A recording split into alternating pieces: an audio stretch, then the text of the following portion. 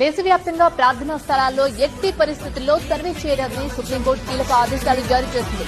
ప్రార్థనా స్థలాల చట్టంపై 2 వారాల్లో అఫిడవిట్ దాఖలు చేయాలని కేంద్రాన్ని కోరింది. కింది కోర్టులు కూడా ప్రార్థనా స్థలాల్లో సర్వేకు ఎలాంటి ఆదేశాలు ఇవ్వరాదని సుప్రీంకోర్టు ఆదేశించింది.